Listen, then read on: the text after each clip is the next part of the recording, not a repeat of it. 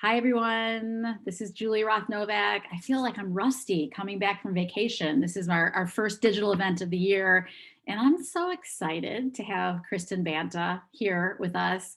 I just wrote this on Facebook. I remember seeing you present at this special event probably like 5 years ago, and I'm like, oh my gosh, she is not only a great storyteller, but so creative, and the respect from the people watching you, I could just sense you were someone that needed to be my friend. And 5 years later, I can call you a friend. So Which Kristin, I'm so grateful for. so fun. I've met my match as far as the conference circuit and staying out late, and you are one to kind of emulate in so many ways. So thank you for being here. I would love for everyone to give us a quick shout out where you're zooming in from. So if you can change your to all panelists and attendees. Love to hear where you guys are zooming in from today. We usually get people from all over the country. I get really excited when there's people from Australia and South America. And one of the big benefits of virtual events is reaching new people. Okay, all over. We see California, DC, New York, Chicago, Minneapolis, of course, New York City.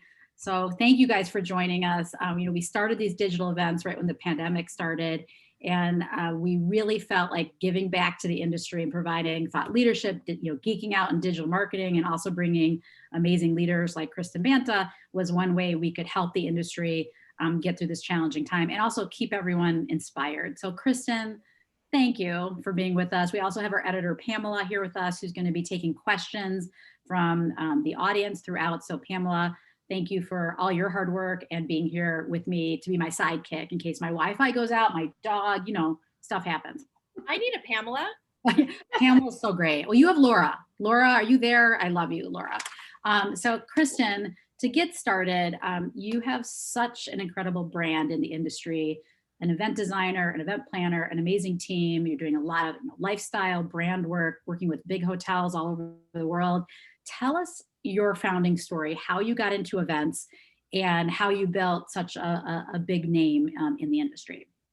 Well, thank you for that incredibly generous intro. I really appreciate it. I like storytelling. I think that that's really the root of what inspired me to design within this medium. Because think about what we have as our playing tools. We've got, everything from the visual standpoint to F&B to lighting. We have everything that surrounds the five senses. And I think that's what makes this, for me, a really interesting creative outlet.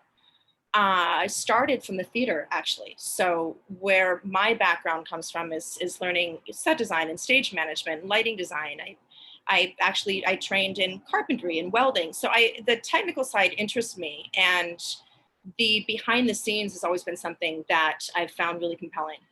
So when I left my undergraduate, I really wasn't sure how I would leverage those tools and that knowledge, but slowly started to learn a little bit about the events community. And it's been my goal and my passion to tell brand stories, to tell our individual social clients stories, but to do so in a unique way and a relevant way to them, in a way that is couture, that is hard hitting, that has a wink.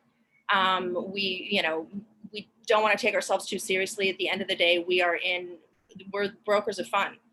So what my goal is to make sure that anyone in attendance at one of our events feels inspired and compelled to reach out and talk to other people about it. And the way that we do that is by not being afraid to polarize. Yeah. So the way that I see that is that, which I always say, that it's okay if one person doesn't like it, as long as one person loves it. We just don't want people to be neutral. We really want to instigate connections. We know that we've won if we have two people that have actually exchanged numbers at the end of the night for whatever purposes, no judgment. But we're looking for connections. And that, at the end of the day, how can we provide content that instigates connectivity? Yeah, and we have so many new people on the call that have joined, which I appreciated. For those of you who don't know, PartySlate truly is a storytelling platform as well, as opposed to kind of a one or two or like a random photo that you see.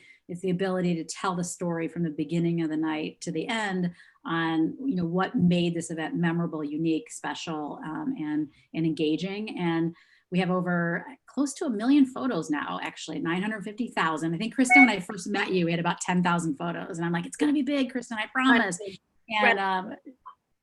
And your profile page, we're going to brag a little later, just some of your stunning, stunning events.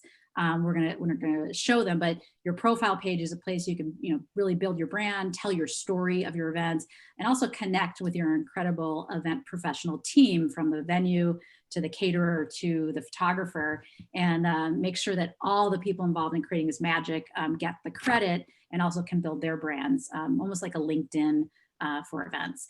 And so I'm so excited to show that later, but just to get the conversation started. So the pandemic hit in March. I think we were in Vegas together. I vaguely remember that. Yep. We were at the special event, and I remember talking to you and Pauline Perry, and we're like, I don't know if we should be here right now. We were having fun, but near the end, we're like, I don't know if we're really incredibly smart or incredibly stupid. But that was the beginning of the shutdown, and literally that next week is when cities started shutting down, and it was crazy.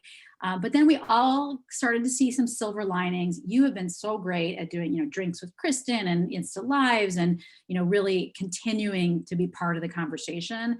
Tell us how your business, changed with the pandemic hitting, and then that will lead into what our topic today, which is, taking that same sense of design and bringing them to virtual events. So tell us a little bit about your journey, how it's been since the pandemic started. Yeah, absolutely. I mean, I don't think any of us had an inkling of an idea as to what this past year would bring.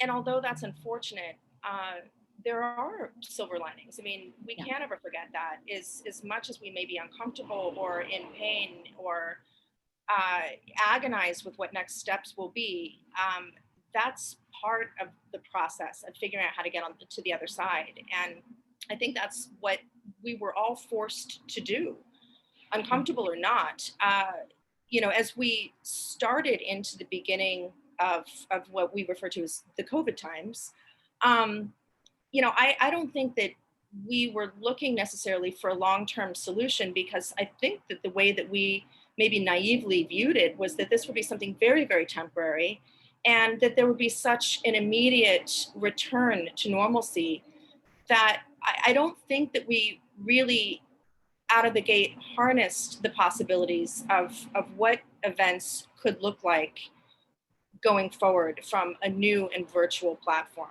which really was something that kind of came about later in the process for me.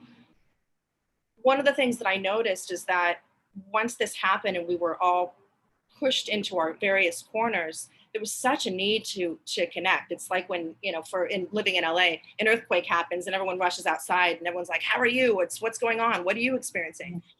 And this was essentially the pandemic earthquake. We all came outside and event essentially had conversations about what we were all experiencing and what that could look like and how we could support one another. And I think that was a really important first stage. From there, we endeavored a number of things that were partially about keeping us thinking and keeping us inspired and just having creative outlets. And they really ranged the gamut from, we developed a mask line along with Lux Linens that gave back to the Search Foundation. And, that was kind of a whimsical project, but I was trying to find something where we could have a give back campaign for a platform that I believe in that could help, because we feel so helpless, right? So we started that. We started a Cocktails with Kristin program because there was so much content out there talking and lamenting about the helplessness of the situation. And I felt that we really needed to just be light for a change. And so, it was this sort of grassroots, completely sloppy, clumsy approach to having drinks with people that I admire and love, that not everyone has had the fortunate experience of seeing the other side that I have, and then bringing that to those that chose to hang out with us and to show what with great recipes too. You have the cocktail recipes, you have the conversation. It's light and fun, and I mean, I thought it was very creative. And again, it's about content creation and staying relevant, but also providing some value. And the value was just a little escape, but also a fun cocktail recipe. I thought it was great. I'm glad, and I love that you participated with me. It's we all have these people that we see out in the business side, and I think that being able to just sit down and have a laugh and have a conversation became really important.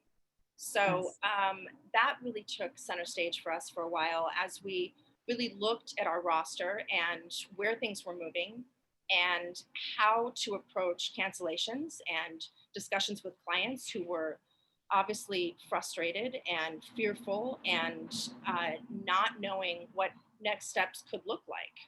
So there was a lot of time spent on that, and we didn't have the solutions. However, as Yeah. we started to kind of shift into the third quarter, so to speak, of what that looked like for all of us with the pandemic, that's when we really started playing with the virtual sphere and walking through some of the available platforms to really see what's possible. Yeah. And how did you start thinking about, this new virtual world and how you could create some surprise and delight and some design elements that are beyond, the Zoom? We're talking about larger scale events, and in some cases, for corporate and where there's branding and, sponsors and other opportunities. How did you start thinking about how you could translate your skill set into the virtual space? Because it didn't probably hit you right away, right? You're so, in the real world experience, and yet we couldn't do those events. And so how did you make that transition? It was really difficult because honestly, I mean, I come from the place where before we called it experiential was what Mhm. I had such tremendous passion and drive about creating was experience and tactile experiences and sensory experiences. So for me, when I was looking at the virtual space, uh, there was a lot of pushback where, I kind of felt like, listen, this is not a solve. Eventually we will all go back. We need Yeah. to connect. We need to hug. We need to talk about things and experience things together in order to make impressions. Those impressions are what create brand loyalty. Those impressions are what create advocacy, and through connections, that's how brands succeed, and that's how they come up. And so for me, I looked at it, and it seemed impossible to imagine how, if those things are stripped away, how we could still have success in launching brands and doing premier after parties and having corporate gatherings that are so built on networking. So, I can't say that I was an early adopter. I'd love to take credit for that and say, I saw exactly where this is going. That's absolutely not the case. But Yeah. as I started to play around with it, I'm on the advisory board for All Seated, which is a platform that I'm there because I believe in it. I think it's really an excellent platform to create and to create foundations. But at that time, it was really a little bit more of a 2D platform. And then when Expo was launched, that was an opportunity for me to kind of jump in and really see what designing for that medium could be like. Yeah.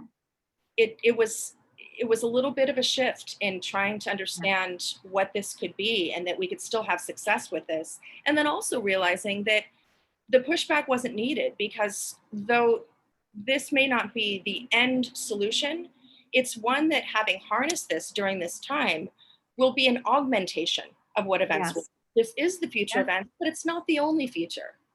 Yeah, I think that's what my sense is, and I think it's not anything new, that really seeing these hybrid events, when the world opens back up, the people that can't experience it or can't go to the Bumble party, at, or not Lollapalooza, where was the Bumble party? Coachella, yeah, Yeah, Coachella. I one day want to be cool enough to go to Coachella, but they can't be there, but maybe they could experience a little piece of it, um, absolutely. through the virtual world, and have beyond just Instagram, feel like you're somehow part of the conversation. And I agree that it's going to be an augmentation and an amplification, Mhm. not a replacement of these great experiences. Absolutely. And that partnership, I think, is going to benefit all of us. I don't think that we would have been able to really see the future of that development if we hadn't had this period to Just have forced these us. things taken away from us. Yeah. And Yeah. I think there's tremendous benefit to that, because that will be our global ticket to uniting everyone when maybe travel wasn't an option, whether Yeah. that is, based upon the expense of it, the time of Yeah. it, um, or just, literally the timing of that. And this Yeah. brings those events to each of our doors. Yeah, absolutely. And let me jump really quickly in, because I'd love for you to share a little example of some of the work that you've been doing. The context setting that I had here, I'm gonna zoom through here, but as many people know that have joined today, doing a large scale virtual event or even a hybrid event almost requires more of a TV show set kind of production mindset. And the silver linings are that you can reach new audiences, just like we've reached people all over the world through our virtual events, but you can also amplify the in-person events. And the reason I show this kind of control center is, this is a new skill set. This is not, yes, we have AV and lighting and sound, but the TV production element of a large scale virtual event is very different. And I'm so excited that we're putting a spotlight on people that have either added on these skill sets or already had the skill sets and are now offering it as a service offering. So we have created a lot of content. We'll send the follow-up links after this on how to think about a virtual event. We always say, don't pick the tech and the platform first. Really, like a real event, what's your vision, your goal, your budgets, who do you need to reach? Line up your expert team and your creative concept, and then pick your platform. Because in many cases, some platforms are better than others. If you're doing a large scale expo, is very different than an interactive bar mitzvah for friends and family. So you need to think about what the purpose is of your event, and then really think about what needs to be pre-recorded, what needs to be live. Our 2-day virtual event, give a shout out to Kylie, in December, was such a big learning experience for us. We had half pre-recorded, half live, and it was pretty seamless, but we learned so much ourselves on doing a 2-day conference and what it takes. So now I'm going to jump in about, really want to know, when you got into the mindset, Kristin, of virtual events, you said it was kind of third quarter, you had this relationship with All Seated. How are they leveraging your skill sets to really create these immersive experiences, either for their clients or for your clients? Yeah, I mean, it's an interesting thing. For me, it's really about getting in a very different headspace, because what's interesting about designing for the virtual world is that in some ways we want to create a world that feels very user friendly. Let's say we're doing a conference. I don't design a lot of conferences. However, I know what it feels like to be an attendee. I know also the limitations of a conference. We are limited by the time it takes to load in, to create, to strike. That alone, we're limited by what it costs to do so within that particular space. We're limited by how many attendees can go through and at certain times, and what that flow looks like. Some of those things apply to the virtual world, of course, but what is interesting is that we are not beholden to fire marshal. I don't have to worry about, where those nearest exits are. I don't have to worry about a lot of the things that we get so clogged up in the mire of the logistics that, unfortunately, it does have a price with respect to the creation of aesthetic.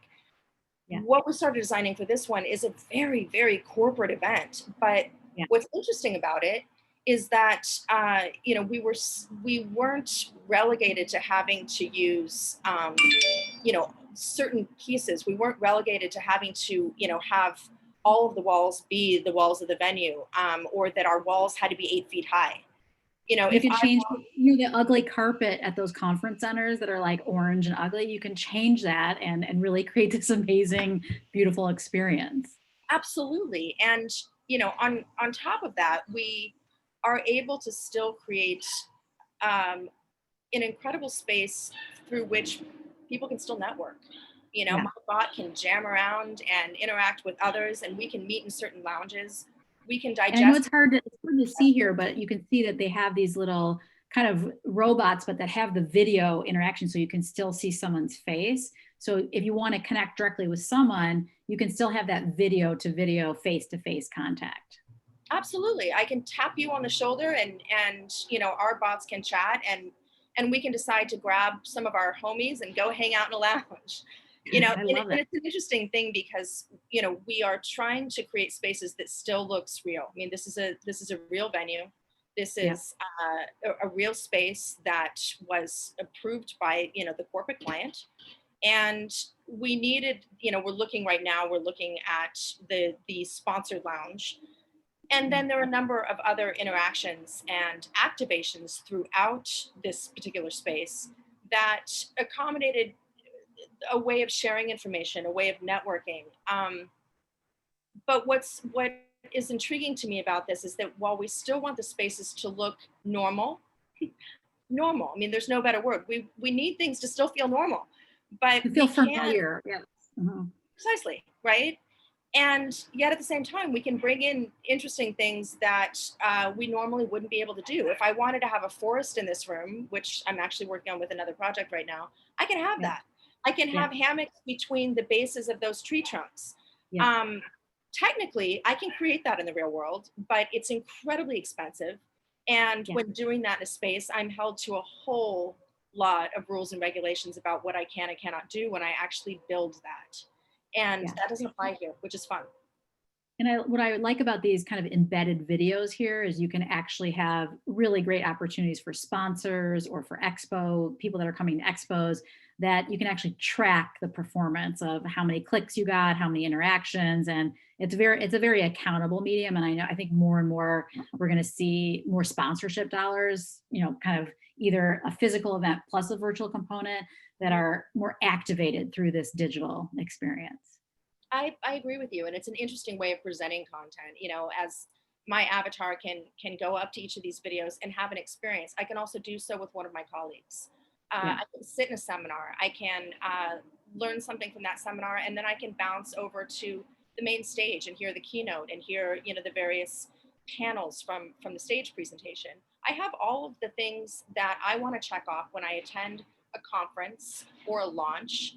And this is obviously a much more traditional view of Yeah. what this space could be. But again, we can let our imaginations run wild. There's nothing that we really can't do with our modelers and what's possible, and with the expo team, we've got a great, I'm privileged and then I've got this whole team of modelers that I get to work with where we can use content that exists in life, or we can Yep. create new content that is, custom content to bring into any of these events, which is an option Yeah, and I too. think it's kind of a good opportunity for, I know, the rental companies and others that have a way to kind of merchandise their real world furniture in the virtual space, which I think is another good opportunity to market real world, opportunity for a real event, and then recreating that again, not exactly the same, but recreating it in a familiar feeling way for Absolutely. people that can't attend or just don't want to travel to Vegas or don't want to go to that conference and still want to be part of an industry event or a corporate event. Well, and this particular platform is interesting because I can design anything here in 2D and then I can flop over into 3D and see in real time what it looks like. I wish every rental company had all of their inventory on this particular platform so that I could just play Yeah. with all of it, because there's no end to what I can do. And I'm incredibly familiar with each and every company's inventory because I sift through it every day. When Yeah. my son asks me what I'm doing, I'm like, I'm creating lounge vignettes for bots. I don't really know what I'm doing, but Kristin, a quick question. Is this the all-seated platform? this is all seated Okay. via Expo, EXVO, which is their virtual platform that is one that I've been diving into with just tremendous enthusiasm. It's a great platform. Yeah, and I think I will send the link out so you guys can learn more about the platform. And what we always say is the platforms enable your strategy and your solution. And so putting that strategy first together, what do you want your event to be? What are the requirements? Again, this goes back to my geeky, digital consulting days, is really understanding what you need and then finding the right platform for this. And I think this platform, from what I've learned through you and doing my own research, is really amazing for some of these larger scale events, especially conferences, corporate events, expos, but really there's a lot of flexibility. And again, I have seen so many different companies come out with solutions, and I really recommend that you kind of dig into what are the right platforms for you. And even better, we have a bunch of event planners that have really become experts in virtual events that know a lot of these platforms and can help guide you to picking the right one, whether it's a gala, a mitzvah, a wedding, or again, one of these large scale conferences. Then the requirements you have and the needs, you need someone to guide you. And there's so many great people that have this expertise and have literally in the last 9 months become experts in this area. So we'll send that as a follow-up. And Pamela, before I jump into Kristin's profile page, because I wanted to talk a little bit about your experience designing real events in addition to virtual events, do we have any questions about virtual events for Kristin? Yeah, we do actually. Okay. So one question is around the rental furniture. Like, how does that work? Is there a fee to rent virtual furniture? I imagine there is, and I'm sorry that I'm not completely knowledgeable about that side of it. I'm the weird kid on the back end. That's again designing lounge vignettes for bots. In terms of what that actually looks like, I would imagine there is, but I don't know what that looks like. That's something that that you would go to All Seated to talk about how that involvement works. Got it. And my understanding is when you have, you know, a license to use the platform, that anything within the platform is kind of included in that. But I'm assuming that there's design services and other things that they can purchase to customize the platform. But we can definitely send you guys, we'll send you a link to them so that you can ask them directly, or Kristin can connect you. Absolutely. I mean, because there is this incredible, there's just this unending sea of different things we can bring in. The more we have rental companies that actually have their inventory booted up and ready for us to play with, the better. Because I mean, we're doing this more and more, and it's nice to have options. Yeah, and it's great branding for those rental companies. It's almost like product placement for them. Yeah. So in talking about branding, can you speak to the idea of giving sponsors FaceTime and allowing them to be present in a virtual space, and how to assure sponsors that people will know who's involved with the event? Well, absolutely. I mean, if you take the event that we were just in, which is again a very, very standardized kind of corporate environment, but we picked that one because it's super user friendly, and that's an environment that most would be familiar with. But if you look at that sponsor lounge, you know, I can go up to Ford's section of that sponsored lounge, and I can learn all about, you know, what Ford's messaging is via watching that video. I as maybe a representative from Ford, I can hang out in that lounge, and I can find people that are entering and talk to them about what our current messaging is, and you know what it is that we're trying to promote at that current juncture. There's opportunities to still interact with attendees just as we would if it were any other trade show and somebody were you know coming into our booth, just as if we were at a product launch and we want attendees to experience what it is that we're launching. And then on top of that, we still have the opportunity, which when we talk about hybrid, you know, there is still a sensory opportunity here to, you know, get actual physical content in advance of this event to attendees. If I'm launching a new shape of water bottle, and I want everyone to be really familiar with what this is, you know, this is something where I can get my marketing materials out, I can get the water out, I can physically be drinking this new water from the brand new water bottle as I walk through the actual launch event. And I think that we can't forget about the power of being able to harness both. Yeah. Yeah, I think the sending, you know, that we've seen even with large scale fundraisers where sending a really thoughtful kind of care package, or, you know, you're enjoying this during the virtual event, can really lead to a lot more engagement and appreciation. I've heard some examples of someone giving a $25,000 donation saying, you guys have been on top of this virtual event and thoughtful and blah, blah, blah, just because this giant, again, thoughtful package, instead of the chicken dinner and huge gala, came to their door.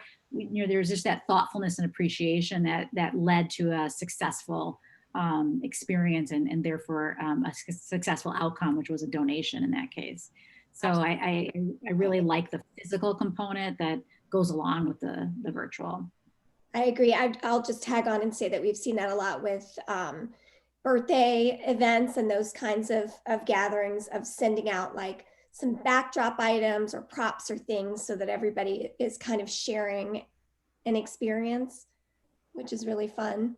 Well, it's another way of unification where we can all be a part of this together, even if we're not physically in the same room, and trying to identify how that is for each and every one of our events, launches, whatever that looks like. There is a way to unify through these mediums, even though it does feel slightly unfamiliar to many of us.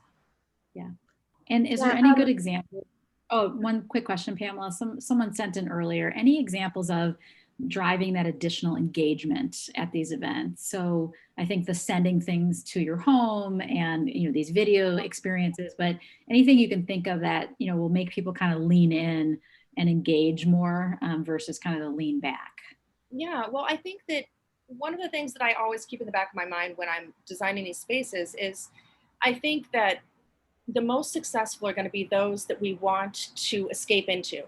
The more Yeah. we can work with the clients to allow them to open their minds that anything's possible, and we don't have to have a super traditional platform the way that we had it before within the virtual space. The more that we can open up and do some of the things that we wouldn't be able to do. Maybe we have, you know, more robust, beautiful lounge vignettes for attendees to be in. The more that people can want to be in this virtual space, almost as though it's a breath of fresh air from the office that they've just come from. If Yeah. they want to dive into it and interact with it, the better. The longer they can stay, the more that we can introduce various messaging to attendees in really thoughtful and exciting and engaging ways. So if we can start to Easter egg certain things where there's discovery, and you know what I'm working on right now is to try and find ways where there can be a little bit of a wink and a little bit of a playfulness to the way that this content is delivered, so that we do want to stay and we do want to explore all of the areas. And it does become an escape, just as we would escape to an event within the live space. Yes, absolutely. And I think all of us need that escape right now, especially people that feel more isolated and that haven't been out. Getting that escape and feeling like you're going to a different place is, I think, the next best thing to actually being there. So, Yeah, absolutely. Pamela, I cut you off. Was there other questions? Oh, I mean, it kind of tacks onto this, but a question about, you mentioned the five senses earlier, and we have a question about music, or what role does like ambient noise or music play in these kind of virtual events for making it feel more real or filled out? Yeah, well, I mean, we could have a full on concert experience if we wanted to. That's an option.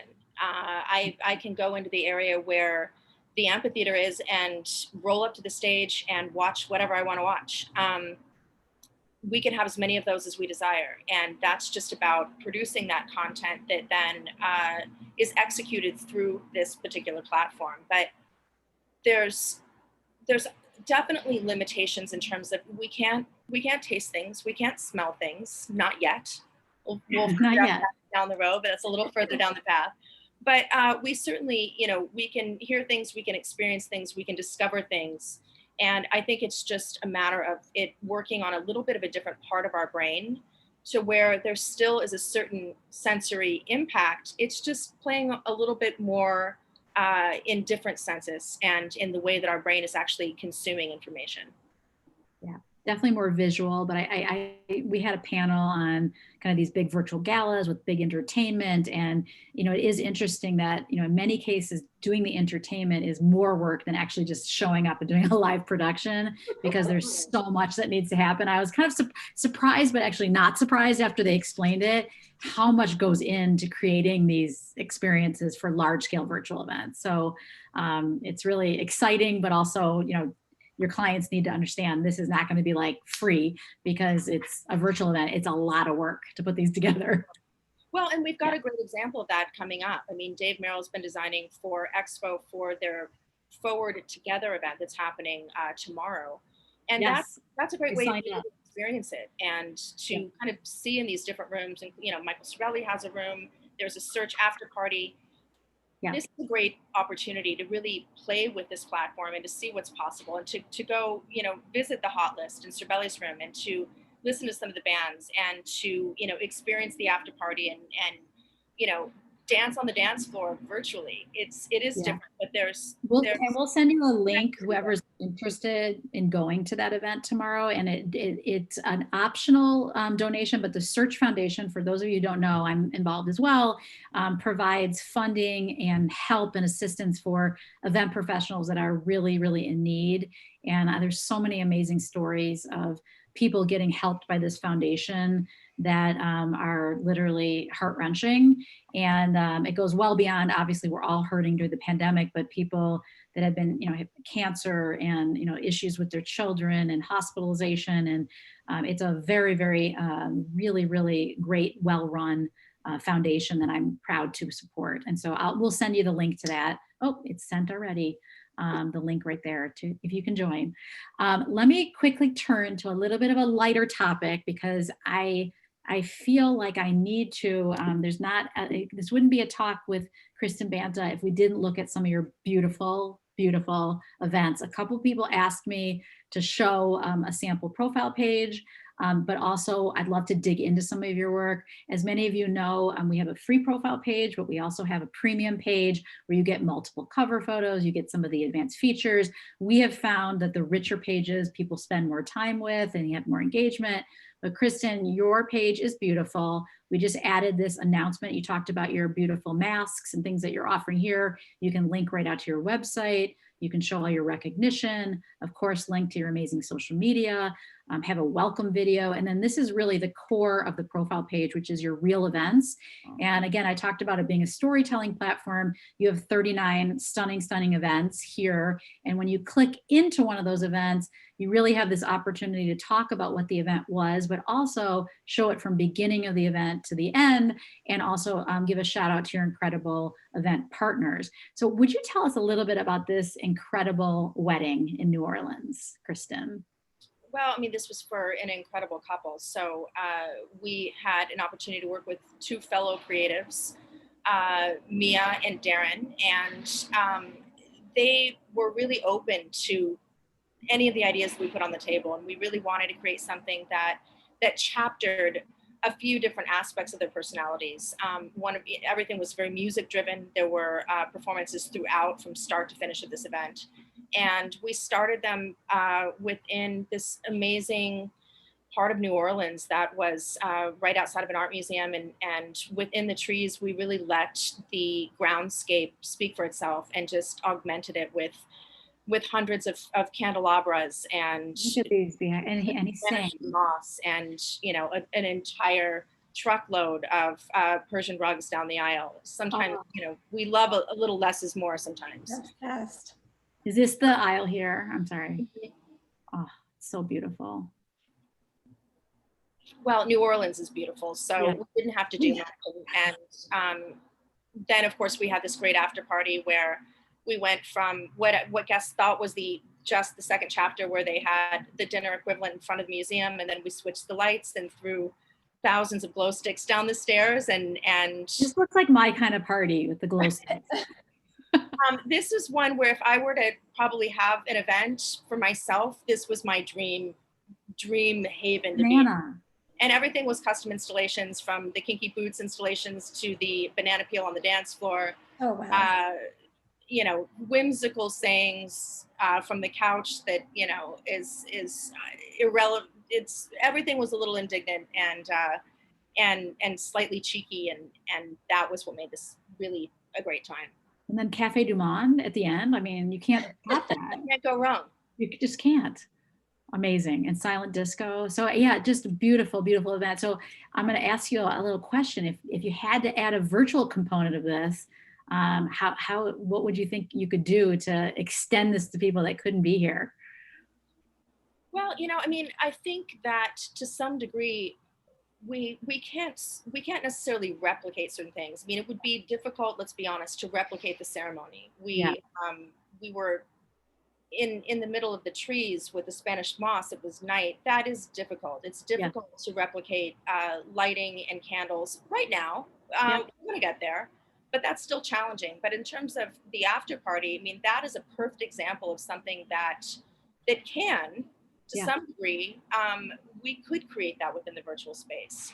All of the inventory that was there were things that we, all of which I had custom created anyway. So these were fabrications. If I can fabricate it in the real world, I can certainly fabricate it in the virtual world. Yeah, absolutely. And I think the entertainment piece and being part of that, component, if someone who was invited couldn't make it, just a little piece of it to feel like you were part of it is great. So a couple more events. This one is so popular on PartySlate. I think it's one of our most viewed pages or event pages, which was this incredible Crazy Rich Asians premiere. Can you talk about the process for creating this and how you got connected with the client and all that good stuff? Certainly. Well, doing premiere after parties, that's actually a big piece of our roster in terms of the business that we do. And it's always interesting because we have a goal of kind of bringing guests back into the content of the film while not necessarily recreating it.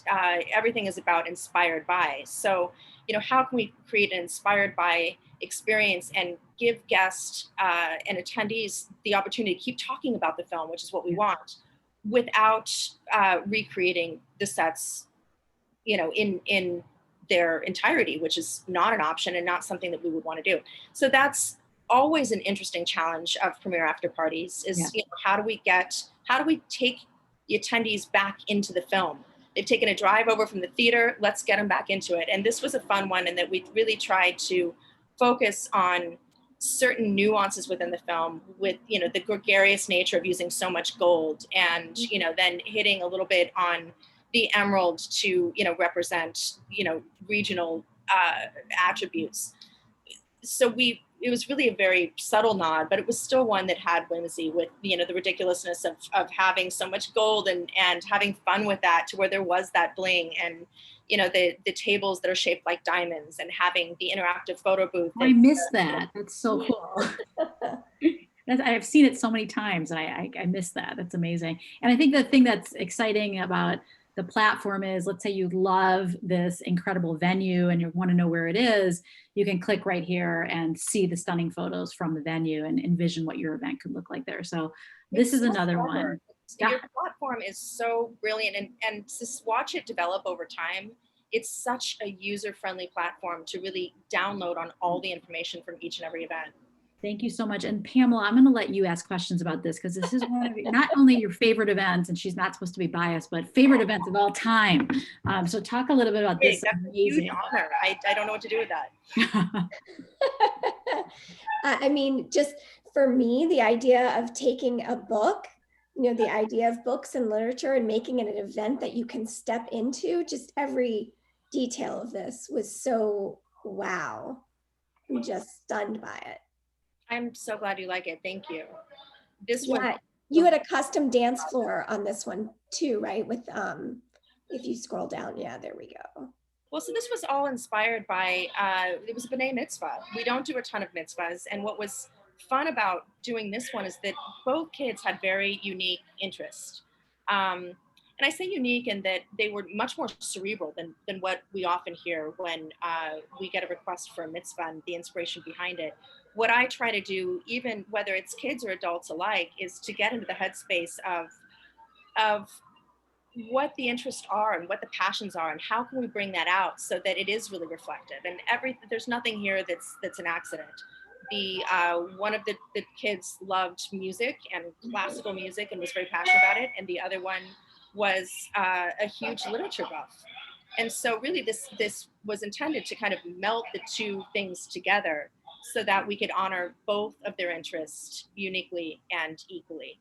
So this was a back wall behind the DJ that was all books. The DJ booth itself was, stacked with books. We had the dance floor that was, they couldn't pick one book that I was going to do, a page from it. They couldn't choose. So it's all books and their authors that we have on there that are all of their favorite books.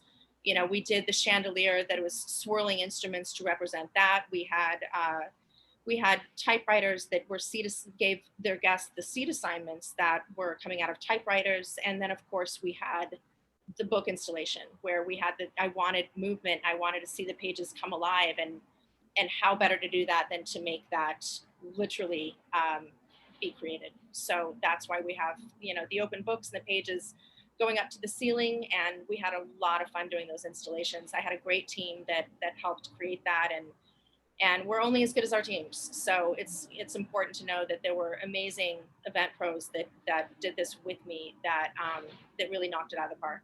you know. And here's your full event team here, partner. Oh, and Andre, your photographer. We love him. He's fabulous. Fabulous. Yeah. And then one more, just kind of turning to the corporate world. I know you do a lot of corporate events in LA and other areas. And again, you do the social, you do the wedding, but you're really known for a lot of your really rich branded experiences that kind of pull people into another dimension. And also, I hate to say Instagram friendly, but Instagram friendly so that can be amplified by all of the people that are attending this incredible event. So you want to talk a little bit about Bumble's Winter Bumbleland. This was a really intimidating project to take on, first because the size and scope was so large, and also because this was Bumble's first foray into the Coachella space in terms of actually hosting a party during Coachella weekend one, which is a very highly trafficked party zone. As we all know. And so trying to stand out as a new party that's breaking into the circuit when there are so many parties that already have so much press behind them is really difficult. So when we were given the task to create winter in the middle of the desert on a summer weekend for 2,500 people, it was a little bit intimidating, but I wanted to take an angle knowing that Bumble was more of a sophisticated brand that celebrated women and the strength of women empowerment, and that that they would appreciate something that had a certain sophistication to it. So when we were given Winter Wonderland, I took it in kind of an Aspen zone and created a inspiration that was coming a little bit more from that with respect to each space that we did, while still keeping it whimsical. There was live snow. There was an opportunity to slide here. There was a tubing run. We had gondolas, which were areas where you could sit and have food and beverage. All of the food was thematically designed, and the bars all had certain personality. This was the Deer Bar, then for the VIPs, and then we also had one that was a mudroom bar that had, actual ski jackets and skis. I love this. We had the half domes. We also had a full geodesic dome where it was a digital experience where guests could go in and create virtual snowflakes. Unlike the fire festival, which those domes remind me of, this is actually true luxury. Yeah, please never compare anything that I do to Fire Festival. Although there was a party on PartySlate that was a Fire Festival fail party in LA. That sounds fun. Very creative, I have to say. Yeah. I would totally love to attend that. That sounds. And there's like mattresses wrapped in plastic in the driveway, and it's totally up your alley. I didn't get invited. I know, me too. I'm mildly obsessed with that. So that's really fun. Yeah. So we had a good time with this, and we kind of got to check all the boxes in terms of, having activations and having, hair braiding stations that were super highly thematic, and to have ice bars. And how did you do this ice bar? It was really stressful. Because, moving ice through the desert in the middle of summer is something that I was a little intimidated by, and with good reason to be. I felt like it was going to be Woodstock, where it was just going to be a mud bowl, but we actually ended up okay. It looks stunning. And again, I can just imagine all the guests that were really excited about this oasis in the desert to share on social media, snowballs and everything. Yeah, and it was actual snow, and we had snow going the entire time. So it was a different experience for sure, and a great challenge, but we had so much fun with it.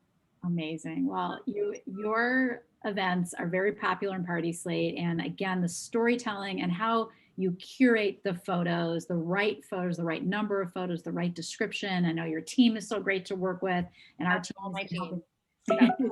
But you do a really great job, and I will say that I'm excited you're taking your expertise to virtual, giving more people exposure that maybe you didn't work with before, to at least not try to copy it, but to get some escape in this time when, people are, many of us, especially if you're in Chicago, New York, LA, San Francisco, certain cities are still pretty much locked down right now.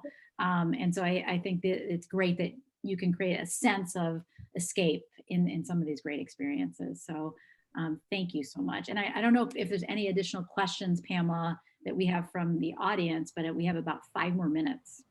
Yeah, there's just a question about how do you capture, if you've done a virtual event, and how do you capture that so that you can share that experience with others? Is there photography, recording? What do you do? Well, there's both. I mean, obviously, it's a lot easier to capture live events. Let's be honest. But you know, we when capturing anything that's within the virtual space, we're really looking at screen grabs. We're looking at you know, making sure that we are capturing the experience without necessarily capturing the attendees. So that means that, you know, when everyone's on Zoom, that's not necessarily an option for most. We try to be very careful about not featuring attendees at almost all of our events unless they have been, you know, incredibly enthusiastic about doing so and everyone's signed off. So that can be a little bit tricky. But there are ways that, you know, at least you can screen capture the content so that there is still an opportunity to see what that looked like. And, you know, because it is so new, I highly recommend it because I think that we're all interested in to see what's being designed within this platform. Yeah, and I think the screenshots, and even, you know, if you do have a videographer partner and you can capture some of the motion of these virtual events, especially even little videos. We do have a video gallery that's been very popular on the profile page. People do, they can't really picture the possibilities. So any glimpse you can give them of what the possibilities are, I think will help, you know, get that connection. And of course, you know, our goal in PartySlate is just to connect the buyers and sellers. It's not to close the deal. And so any way you can kind of tease the capabilities of your virtual expertise, and then they can connect with you and see if it's a good fit directly. So I will say that we have launched this new virtual page called Virtual Events, partyslate.com/virtual events. We have listed anyone in our platform that has clicked the box that they have virtual services. You can get to event planners, AV tech companies, people that are doing virtual event experiences all through this page. And any way we can help build up this piece of the industry and connect, again, people that need the help with the people that have the expertise. Our goal is to do that through PartySlate. So we'll send this link as a follow-up. And then in the last couple of minutes, I did want to give a little, again, shout out to Kristin and her beautiful, beautiful events. And there's so many amazing creative people in this industry. And Kristin, your storytelling and the way you bring your clients, you know, needs, maybe things they didn't even realize they wanted into the experience, is just really exceptional to watch. So I am honored to know you and to call you a friend.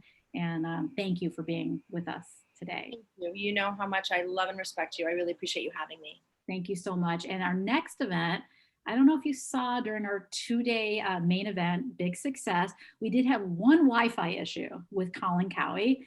It was kind of like watching me tap dance, like, okay, what do I do? I'll show Colin's profile page. And like, I feel like I'm pretty good at doing this stuff, you know, like the live TV, you know, I've always dreamed of having my own show, but no one's reached out to me yet. But this was a little bit tricky. And so Colin was kind enough to offer to come back. And so on January 14th, we will have, with great Wi-Fi, Colin Cowie to talk about the future of destination events and how those will likely come back during this time of no travel. So Colin's always a pleasure to talk to and always has some interesting things to say. So this will be a part 2 of my flail. And it wasn't my Wi-Fi. Colin did take, you know, accountability. It was his Wi-Fi, but I did feel like I was really tap dancing on live TV. I'm like, I don't know what to do. So that's the fun of live events. So we will bring him back. Pamela, any upcoming articles or things you wanted to share from the editorial side that are coming up? I mean, we're continuing our focus on more intimate, smaller events for now before we get back into the whole destination scene. So look for micro bar and bat mitzvahs, more on micro weddings. So just, and small weddings, we've done a bunch of content around just more intimate events. And so we're going to continue looking at that. And I can't wait to see those. And I can't wait for macro events to come back. Me too. Guys, vaccine is coming. I know people, I know doctors that have gotten it. I've known some people that are kind of the first to get it, essential workers. So I feel there's light at the end of the tunnel. We will get through this. We have all learned new things. And what we've been trying to do is help you build stronger digital brands during this time when you can't be at full speed. And so if we can help you with your profile page, I love doing website reviews. I'm very geeky. I can do them while I'm watching my Netflix at night, and I love doing that. You want me to look at your LinkedIn profile, just email us and we'll be sure to set up a quick call with you. And any way we can help, to be honest, if we can help the industry, we think it will come back to us as far as building a stronger PartySlate brand. So we're paying it forward. We would love to help you in any way we can. And thank you again, Kristin. And I can't wait till we can celebrate in person, maybe at Cafe Du Monde at 2 a.m. That would be amazing. That's perfect. I've got it on my calendar. It just hasn't been assigned a date yet. Okay. Yeah. Well, I'll be there. I've been there before with you and many others, and I look forward to it. I can't wait till we get back to that. So thank you, Pamela, for being with us and all your hard work on our newsletters and email and everything else you do to put a spotlight on the creativity of this incredibly strong industry. And thank you guys for coming. Thank you both. Thanks for having me. It's good to see you. Okay, we'll talk soon. All right. Bye, everyone.